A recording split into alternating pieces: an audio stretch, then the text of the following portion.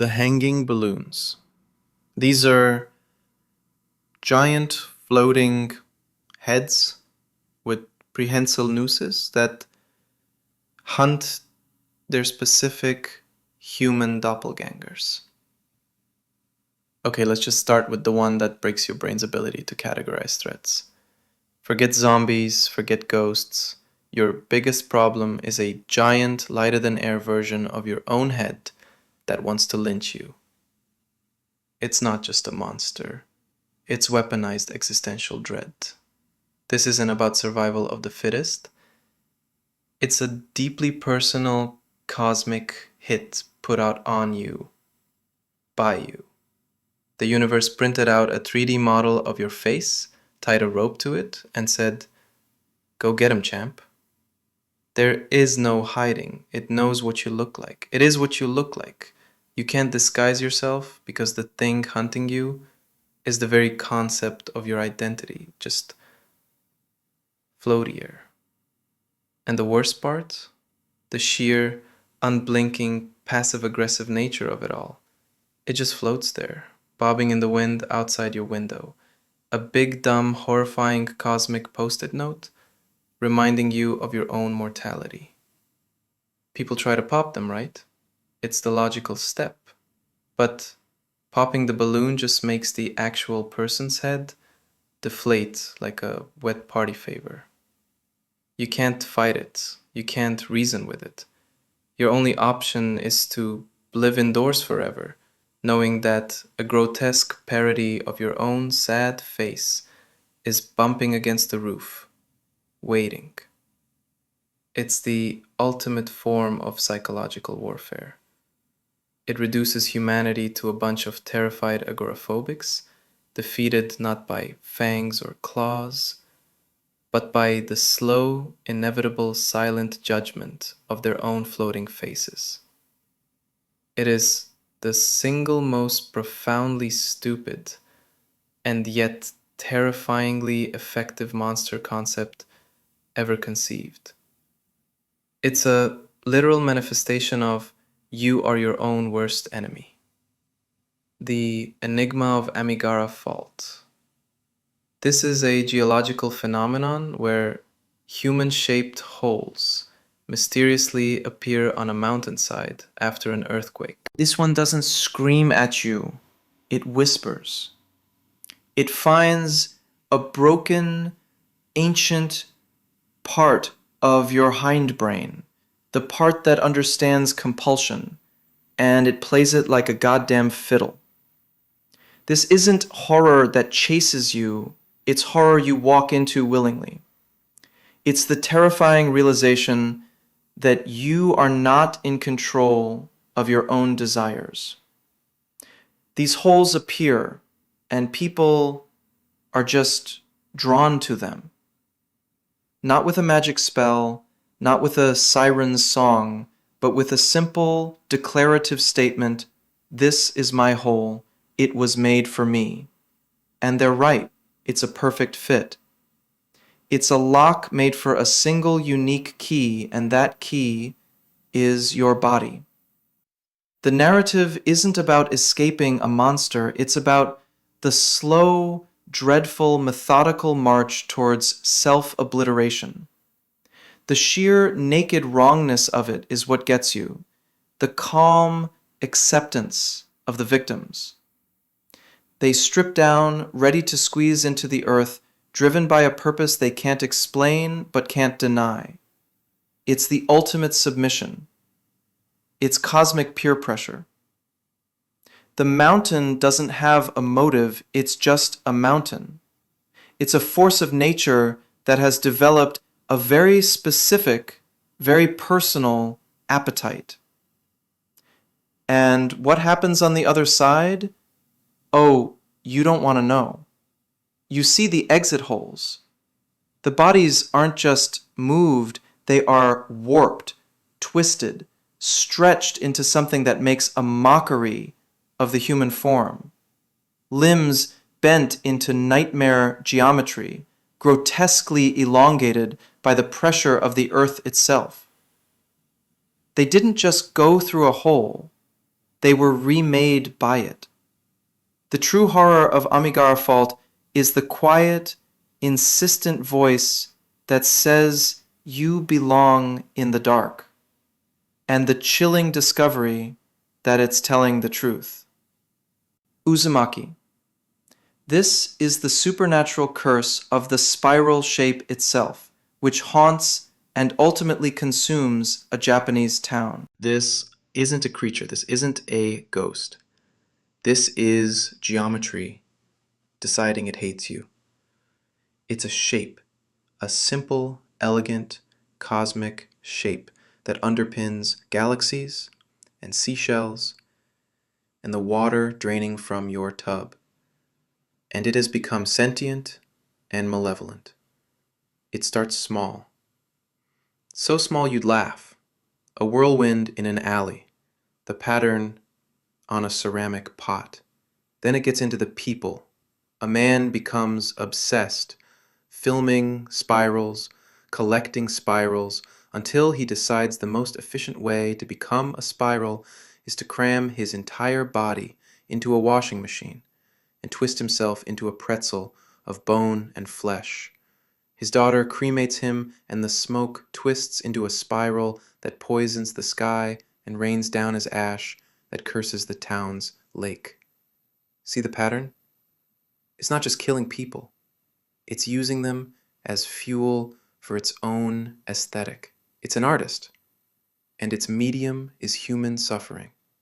People's hair starts to spiral, developing a life of its own, hypnotizing others before strangling its host. A lighthouse begins to emit a spiraling hypnotic beam that draws people to it like moths, snails. People literally start turning into giant human snails, slow, pathetic, and leaving slimy trails, their backs burdened by the very shape that's destroying them. It's a complete societal breakdown caused by a fundamental concept of physics gaining an attitude problem. The town itself starts to twist, buildings warping, time becoming a loop. Uzumaki is what happens when the universe's background radiation develops a personality, and that personality is a sadist with a penchant for graphic design. It's cosmic horror at its most mundane, and therefore most terrifying. The threat isn't from beyond the stars. It's already in the curve of your inner ear. Tomie. She's an immortal, succubus-like entity with the ability to make any man fall obsessively in love with her, an obsession that inevitably drives them to murder her. Let's be clear. Tomie is not a victim. She's a biological phenomenon, disguised as a girl.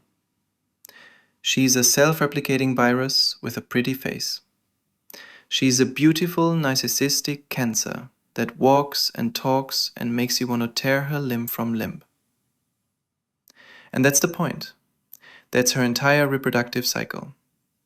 She walks into a room and the air changes. Men, women, it doesn't matter.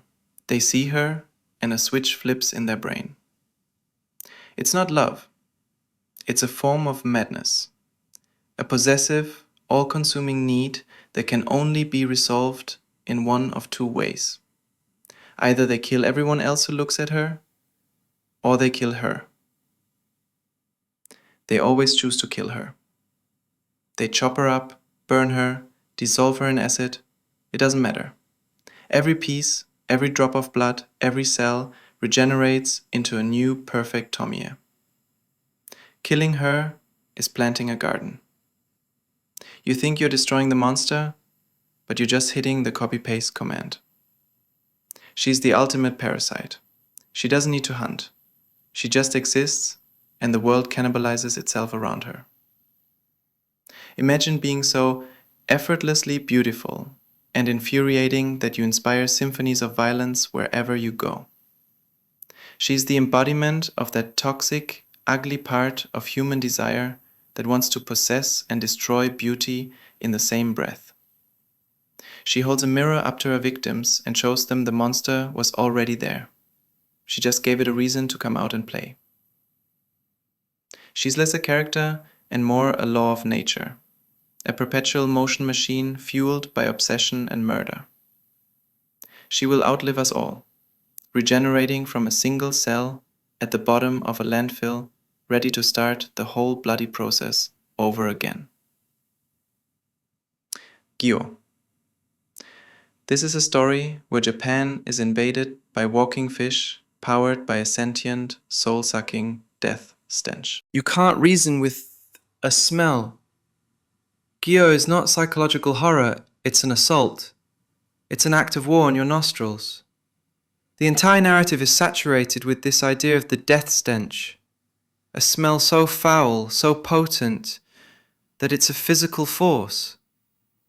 It's the byproduct of a failed World War II super soldier experiment to create biological weapons, and the result is this sentient gas that builds biomechanical legs for dead things.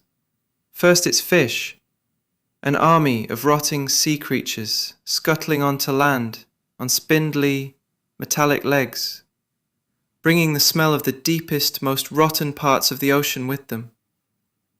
It is profoundly, biblically wrong. A great white shark clambering through someone's living room is nightmare fuel, but the real horror is the gas. The gas is the monster. The walking corpses are just its delivery system. Soon the fish are irrelevant. The gas learns it can attach its walking machines to anything dead, including people. It creates a circus of the dead, a parade of horrors.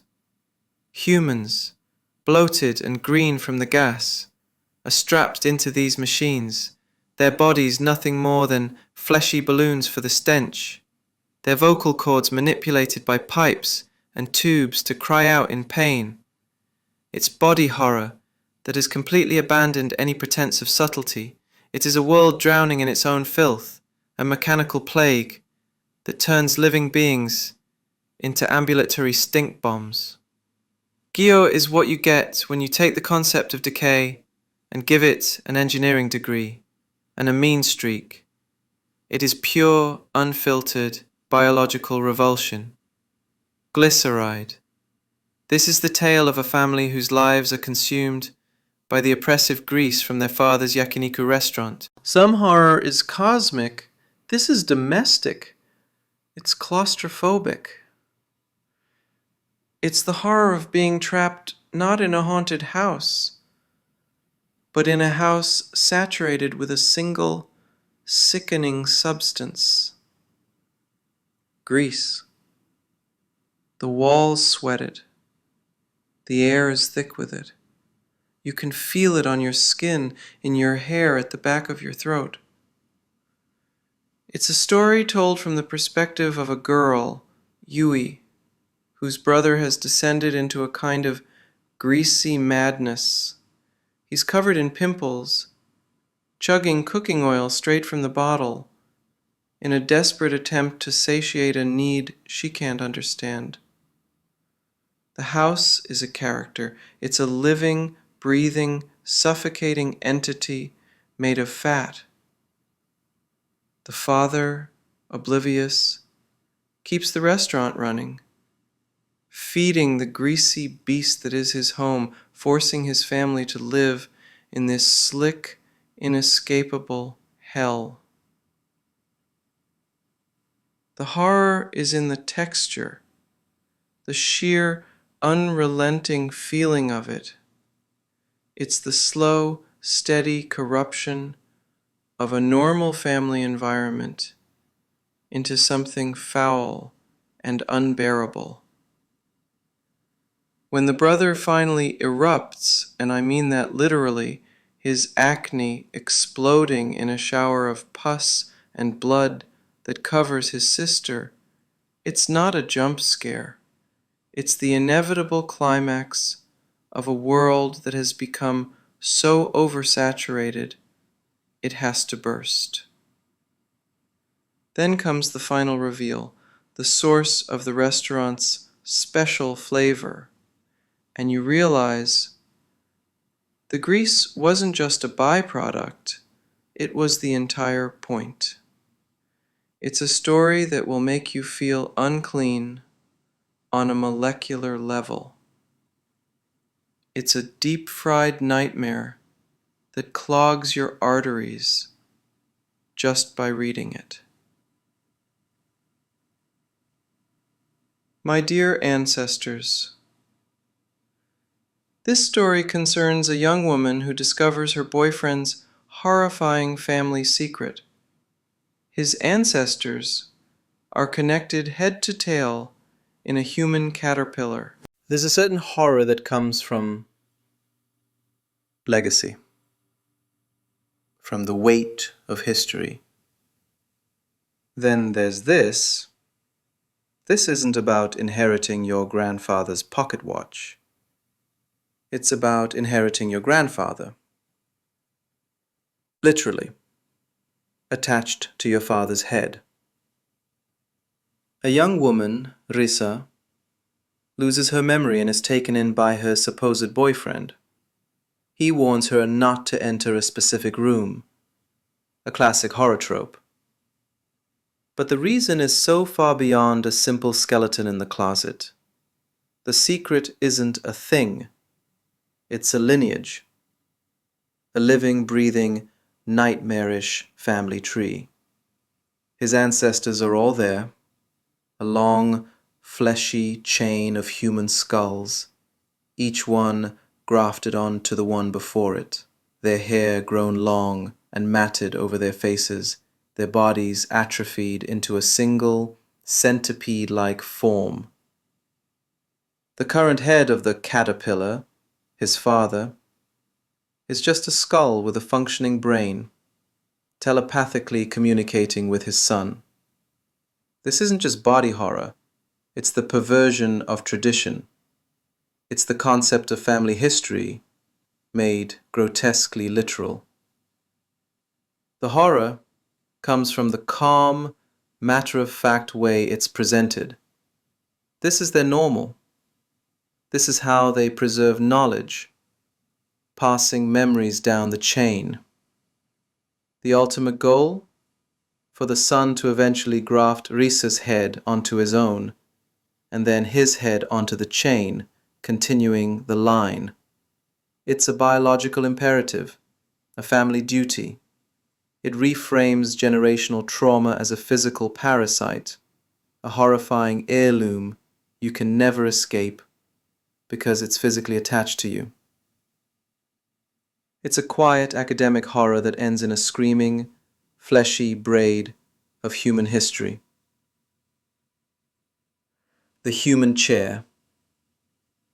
This is the confession of a man who builds a custom armchair to live inside of, allowing him to secretly inhabit the homes of others. Forget ghosts in the attic. Forget monsters under the bed. The most terrifying place for a monster to hide is inside the concept of comfort itself. This story is a whisper, a confession from a man so hideous, so desperate for connection, that he renounces his own humanity to become furniture. He wasn't a phantom, he was an upholsterer, a master craftsman who builds a large, luxurious armchair with a hollowed-out core perfectly designed to house his own body. He stocks it with food and water and then sells it. He becomes a silent, living, breathing fixture in a stranger's home. He feels the weight of the people who sit on him. He smells their perfume. He hears their conversations. He learns their secrets. He is the ultimate voyeur, achieving an intimacy no human could. This isn't about violence, it's about violation, on a level so profound it feels sacred. He invades the very idea of a safe space, of a place to rest. The woman who owns the chair begins to feel like she's being watched, embraced even, by the chair itself. She thinks she's going mad, but the truth is so much worse. The horror is in the plausibility, the sheer, quiet, creeping wrongness of it.